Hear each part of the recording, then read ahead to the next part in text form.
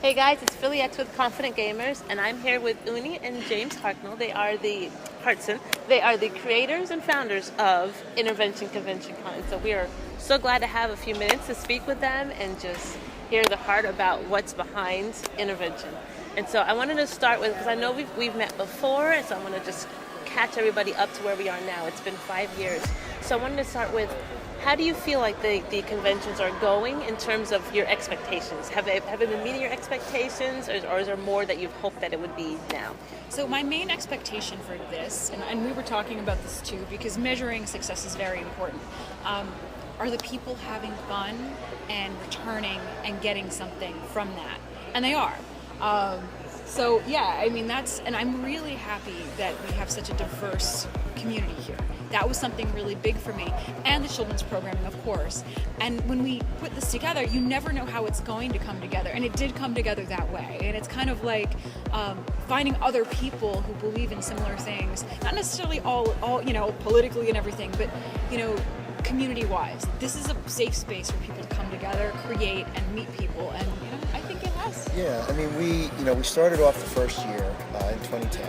We had about a little bit more than 500 people, which for a new type of event, an event that's not just a fandom thing, an event where more than 50% of the programming is to learn something. Now, you learn from people who you may very well read all the time.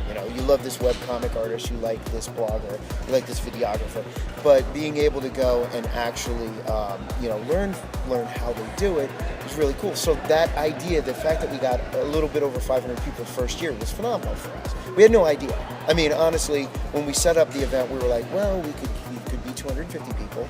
Matter of fact, usual first year events, especially new type ones, a few hundred people is like, oh my God, we won we won it. So being able to get the type of interest in the first year, and every year since then, we've added 100 or 200 people, depending on the year, or in some cases 50 or 75, but it always feels like there's a little bit more interest in the concept.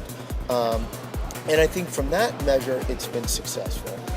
From what Oni said about fulfilling the needs of the attendees, it feels successful. When we do our last panel event, we have a panel called How Did You Do It? And we've done that every year. And we started off, in fact, that was the first panel we ever said we wanted to do. And the idea was, at the end, can we gauge, was it a successful event for people? And the feedback has generally been, funny. Like, we have funny people. They're like, I got a bone to pick you. Like, yeah. I couldn't eat. What do you mean you couldn't eat? You had so many panels. I was going from this panel, this panel, this panel. It was the end of the day. I didn't get lunch. And I'm like, that's a success. Yeah. And so that was a positive. I mean, obviously I feel bad for the person that couldn't eat. And I think the most interesting one was Nicole Deaker, one of our guests for every year. She's a musician, but also a blogger, and she's really growing in the blogging sphere. She's writing all over the place. Matter of fact, David Peskovitz, our guest of honor this year at Boing Boing, she's starting to even work with them, which is a huge platform. Because of Intervention. I was like, oh, you should meet each other. She It did was a Mark video. last year. She did a video for us last year, and this was totally her. 2 years ago. 2 years ago. Wasn't scripted, whatever that. She felt that this was something she wanted to contribute, and it was like a 1-minute video where she said basically the thing that she felt about Intervention was it's a community that comes together as a harmonic. You come in, you meet up, you meet other people, you meet new people, you meet old people, people that you've already worked with, people that you are doing new things, and then you break apart for a year and you all run off. And some of these people still work together, they meet these connections, but then they come back next year and then it's like, what did you do this whole year? What did you do this whole year? And if I had to measure success, that is it. Yeah. The financial side is whatever, the numbers, the sheer brute numbers. But if I know that there were successful art projects, there were successful reinvigorations, that is the success. I don't care about the others that much. They have their place, but that's success. Because I know both my husband and I, each time we come and we attend the panels, we leave learning something that we didn't know. And we leave excited because I feel like whatever we're working on, we can take the knowledge that we learned and apply it and just go to the next level. So that is amazing. So thank you guys for that. Glad to hear that. The next question I want to ask is, over the years, what's the most difficult part of, putting this together each time? Like, what do you find the hardest to? It's all pretty hard. I'm trying to think of it's like what did somebody say? Herding cats on fire. But I think for us, we're hampered by funding. We just about break even, but events of our size require an infusion of funding to really go to the next level. So I would say that. Would you agree? A challenge. The biggest challenge for an event like ours is we are bridging multiple types of things.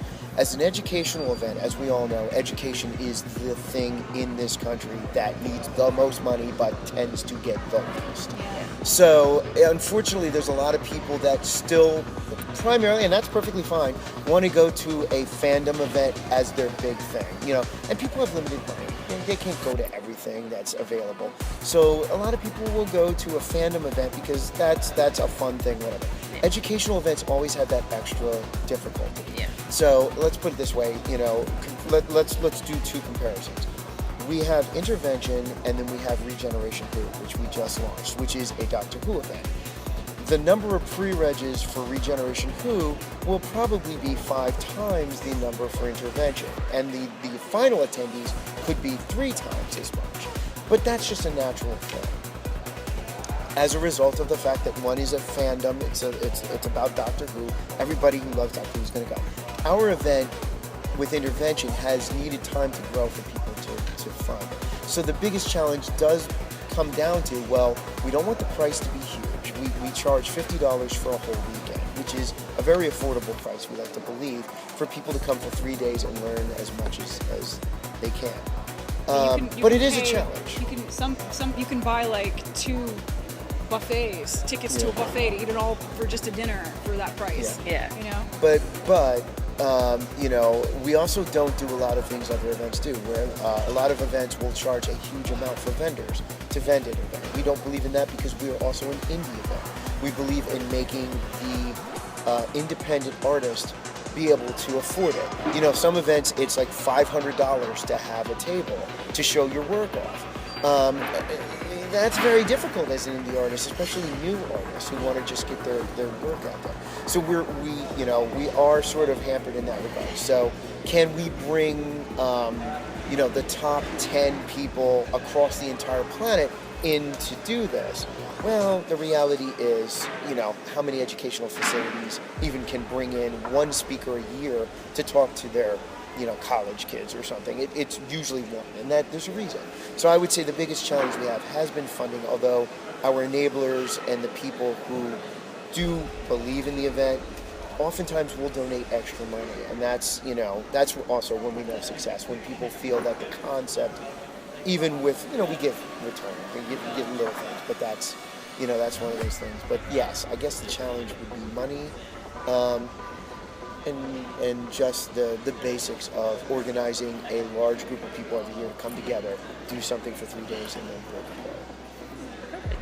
And then the last question I wanted to ask is, and obviously you guys, husband and wife, working together doing this, do you feel like there's no off switch because you come from your day jobs and then you continue this as another job? Do you ever have like an off switch where you just relax? Yeah, there is really no off switch for us, and it's tough because when you kind of jump into something this much, you're always thinking, and if you come up with an idea when you're driving to go to get dinner, you're going to say it. And sometimes I yell at him, I'm like, stop talking, because he actually thinks of problems out loud, which, everyone who knows him will tell him he talks a lot, but he talks not meandering, but thoroughly, which is good, but sometimes there's an off switch. So our off switch is generally, we do Disney a couple times, or a few times, actually 3 now, because we've decided to cancel cable and drive for Christmas. Cut all the money out. So we do the Disney trips, and that's our just go someplace. Regeneration, no pun intended. Go someplace and just have like that downtime. Because we're wrecked. And actually, in fact, last weekend, a lot of times before we get to the event, the weekends beforehand, we come down here and do it. But this year, we thought everything was going really well. We're like, you know what? We're just going to go have fun. We're just going to have some downtime. But as she would say, even while we're driving, every once in a while, like, did we tell that blah blah blah blah to do Yeah. that when we're gonna? She's like, shut up. Yeah. But then, it goes both ways. You're like, oh, did you call blah blah blah for that? Oh crap, I didn't. Okay, we gotta take care of that. It can be challenging to just disengage. But I can say one thing about the flip side. She's a visual artist. She blogs a lot. I do a little bit of that. For me, the creativity of management of this kind of event, this is essentially an art happening. Back in the 60s when we were doing happenings and all that. In many ways, this is a natural outgrowth of that idea. So for me, this is an artistic project to be managed. I usually deal a lot with the program. I'm overseeing the programming stuff. I oversee the guest relations stuff. She does a lot of the marketing. She does the sponsorship outreach. She's like this, the CEO, the face, the person who works with a lot of companies. I do the nuts and bolts stuff. But even though it's nuts and bolts, in and of itself, it has an artistic element. So I am always thinking, what can we do to make this thing? So yeah, she stop sometimes. But I feel it's my artistic contribution to this interesting art. Yeah. Okay, well, perfect, guys. That is what I wanted to get from you guys. I really appreciate your time. Oh, thank you. I thank you guys Thanks for coming. Well, thank you. Definitely. And I thank you guys for doing this. This is an inspiration, and I look forward to the years to come, and I look forward to Generation Who. Awesome. Thank Thank you. you. We love to talk with you guys. Thank you, guys. Real gamers keep gaming.